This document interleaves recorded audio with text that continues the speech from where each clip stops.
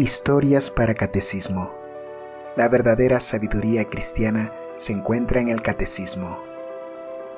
Escúchanos y disfruta cada día de una historia nueva que ilustre los principios doctrinales de nuestra fe. Ya sea que te presentemos vidas de santos, anécdotas de cristianos o libros de espiritualidad católica, en Historias para Catecismo encontrarás el material necesario para disfrutar más de las verdades de la fe. Acompáñanos. 2 de mayo. San Atanasio, patriarca de Alejandría y doctor de la Iglesia, 295 a 373. Cuando en una misa solemne el coro entona el credo de Nicea, magnífica profesión de nuestra fe en Jesucristo, Hijo unigénito de Dios, verdadero Dios de Dios verdadero, engendrado, no hecho, y consustancial al Padre. Acordémonos que fue San Atanasio el inspirado autor de esta luminosa fórmula de nuestra fe, opuesta a los errores de Arrio en torno a la persona de Jesucristo. Pocos hombres han sido tan odiados y, a la vez, tan amados durante su vida por la defensa que hicieron de su fe, como nuestro santo.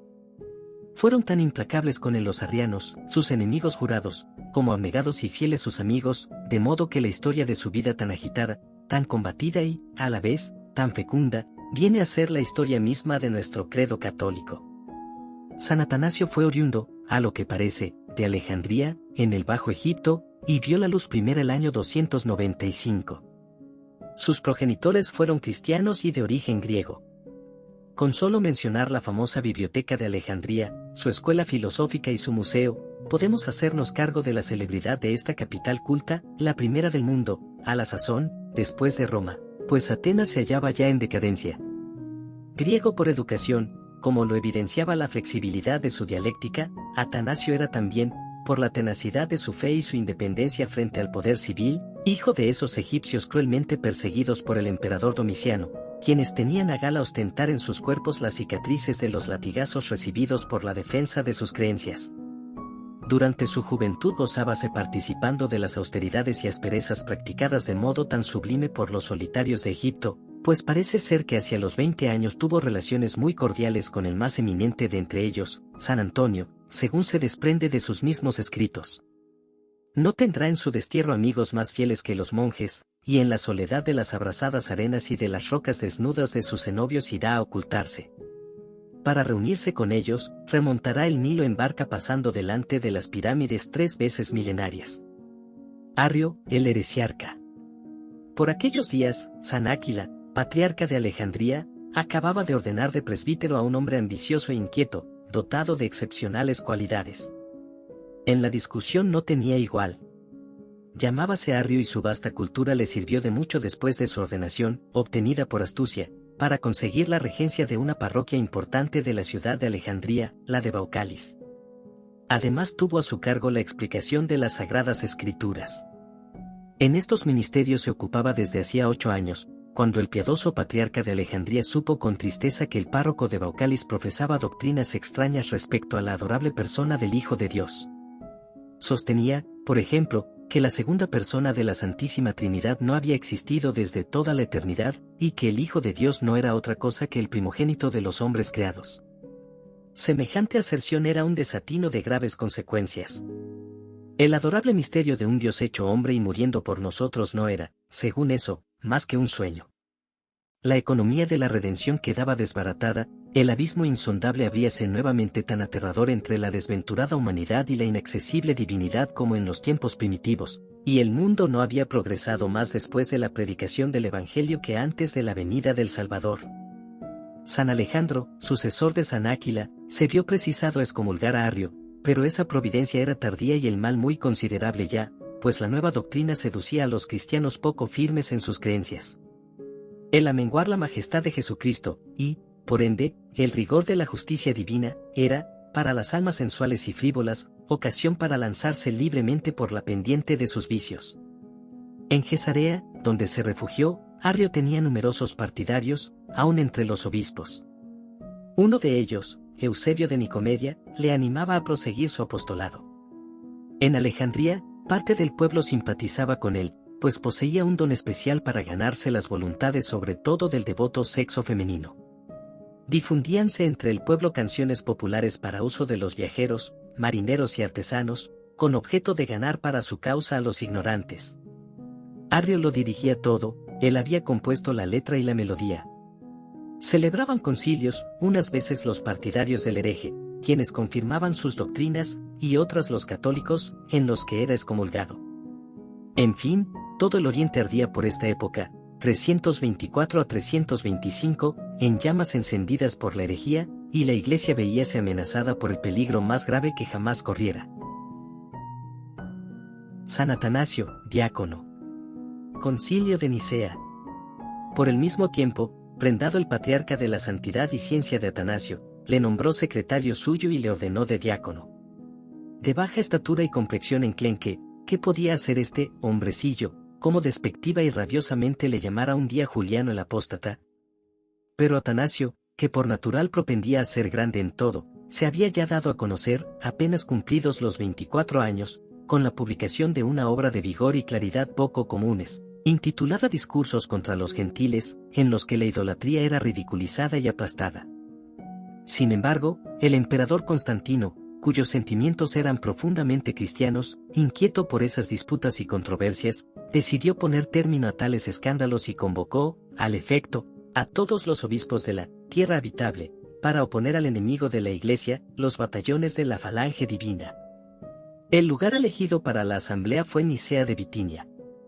Gracias al admirable sistema de comunicaciones con que el Imperio Romano había sabido asociar a su centro los países conquistados por las armas, los obispos dispusieron, de etapa en etapa, de convenientes medios de transporte, como coches, animales de silla, casas de refugio, en las que los empleados de la posta imperial les prestaban toda clase de servicios, y hacia mediados de mayo de 325, verosímilmente el 20, se hallaron congregados en Nicea más de 300 obispos. El emperador en persona inauguró el concilio, como presidente honorario en cierto modo. Allí estaba el heresiarca, presuntuoso y arrogante, contando deslumbrar con su ciencia a todos aquellos varones que él juzgaba de espíritu sencillo y más acostumbrados a catequizar al pueblo que a discutir con los métodos de los filósofos Aristóteles y Platón. No contaba, sin duda, con la perspicacia y dialéctica del joven diácono Atanasio, que desde el primer momento se dio a conocer como el adversario más temible de los arrianos. Nadie como él sabía asimilarse la parte esencial de una dificultad, ni exponer más luminosamente el punto en torno del cual todo giraba. Ya podía Arrio desviarse, en exposición nebulosa, de la trascendencia divina, Atanasio le volvía invariablemente al verdadero punto de la discusión, el misterio de la redención humana. A excepción de 5 obispos, todos los padres suscribieron el símbolo de Nicea, cuya redacción había sido confiada contradictoriamente a los 2 adversarios, al heresiarca Arrio y al campeón de la ortodoxia, Atanasio. Comienza su episcopado. Primer destierro. 5 meses después del concilio, San Alejandro entregaba su alma a Dios, designando antes por sucesor suyo al diácono Atanasio. Los fieles aplaudieron esta elección, y la consagración se efectuó el 7 de junio de 328. El nuevo obispo tenía a la sazón 32 años. Las ovaciones populares indicaban a las claras el entusiasmo con que la multitud le acogía. «¡Viva Atanasio! ¡Viva!», clamaban. «Es una seta, es un obispo cabal». Semejante entusiasmo no era del agrado de los arrianos, como puede suponerse. Por iniciativa sumamente interesada de los adversarios de Atanasio, había resuelto Constantino solemnizar el 30º año de su reinado, mediante una nueva asamblea conciliar que se celebró en Tiro el año 335. En la mente del emperador, esta reunión había de ser, a no dudarlo, obra de pacificación definitiva, pero la carta imperial de convocación era bastante significativa, pues agregaba que si alguno dejaba de concurrir, se le obligaría por la fuerza pública. De hecho, este pretendido concilio no fue más que un indigno conciliábulo. Los enemigos de Atanasio se habían dado cita en aquel lugar, y he aquí la novela que inventaron para perder al santo patriarca.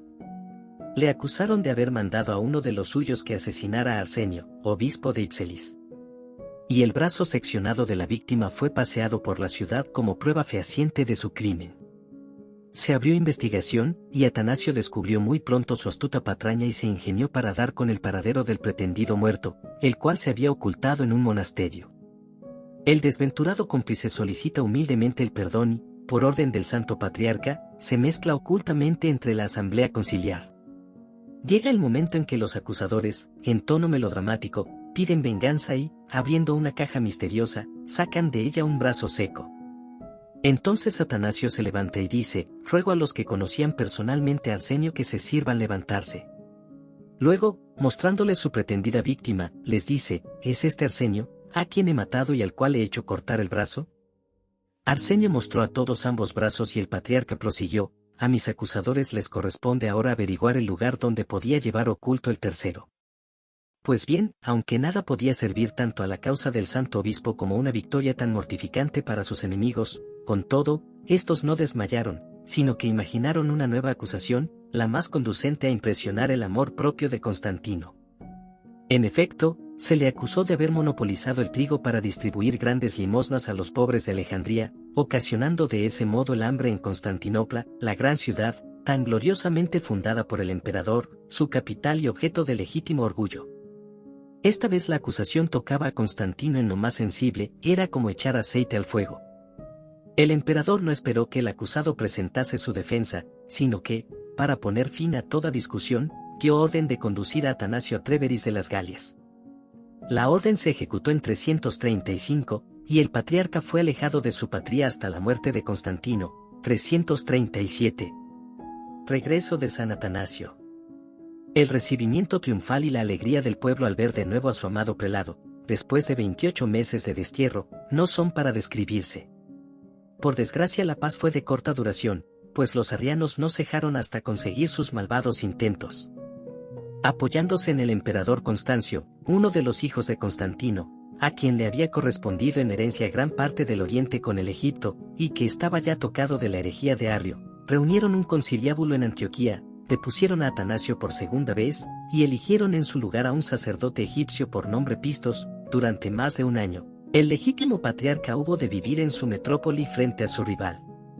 Los dos partidos recurrieron al Papa, que era entonces San Julio, y Atanasio fue a entrevistarse personalmente con el Padre Santo para defender su causa, 340.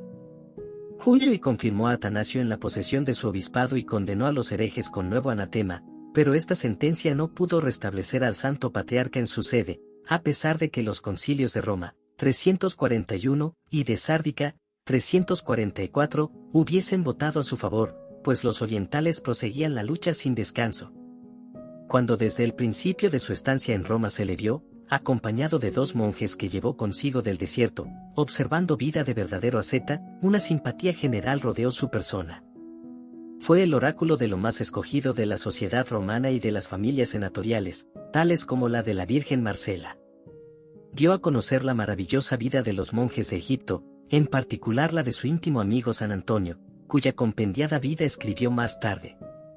San Agustín habla repetidas veces de la impresión profunda que hicieron sobre las almas de Occidente estos relatos extraordinarios, y el entusiasmo con que rompían su espada los oficiales del ejército romano para imitar las austeridades y espantosas mortificaciones de los solitarios y cenobitas. De esta nueva milicia brotó con el tiempo un nuevo clero, hecho de gran trascendencia, puesto que las órdenes religiosas fueron, en la Edad Media y en todo tiempo, valiosísimos auxiliares de la Iglesia.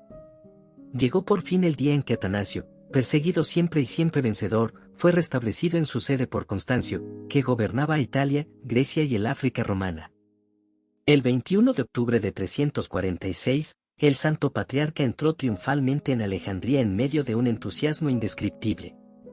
El pueblo y los magistrados habían salido muy lejos a recibirle, y el mismo San Antonio, viendo acudir a las multitudes al encuentro del prelado, y no pudiendo acompañarlas a causa de su avanzada edad, entonó su Nunc Dimittis, feliz de poder contemplar el triunfo de la causa por la que tantas mortificaciones y oraciones había ofrecido al Señor, 346.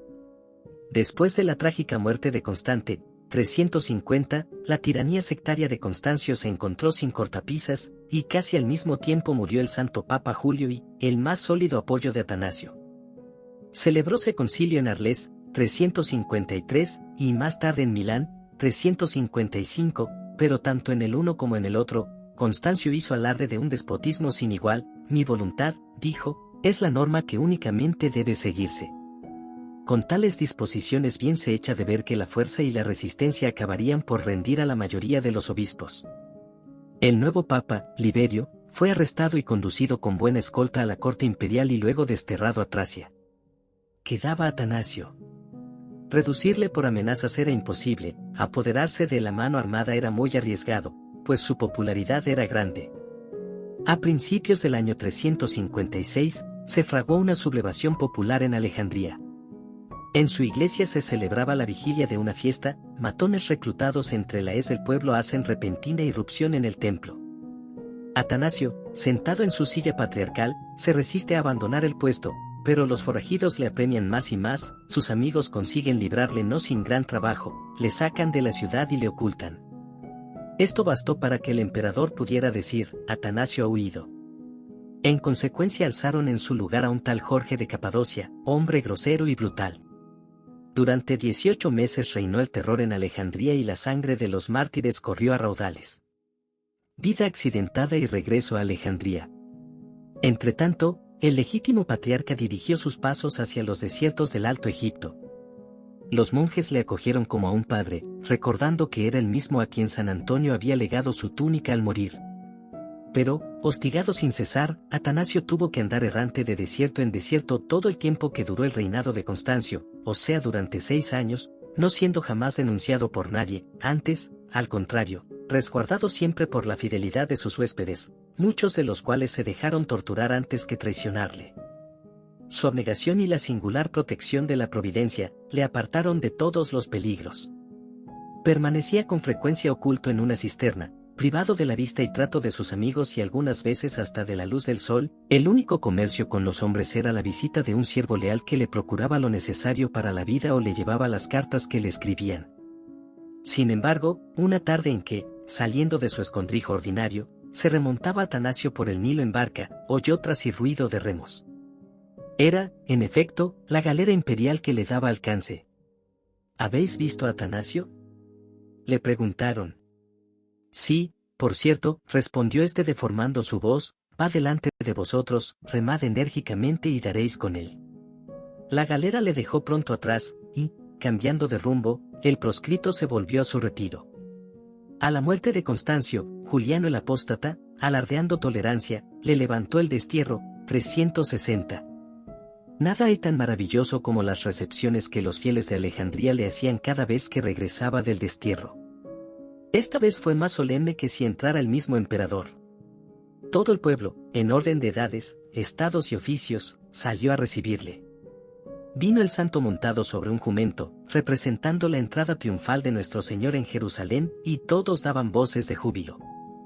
Atanasio tomó posesión nuevamente de la silla patriarcal y emprendió con denuedo la restauración de la pureza de la fe reuniendo al efecto un nuevo concilio, mas apenas terminó los preparativos, Juliano el apóstata, arrojando la máscara de hipocresía con que se encubría, envió a Alejandría un edicto por el cual ordenaba a Atanasio que abandonara su sede inmediatamente. El amor de los alejandrinos a su patriarca no consintió dejárselo arrebatar sin fuertes protestas.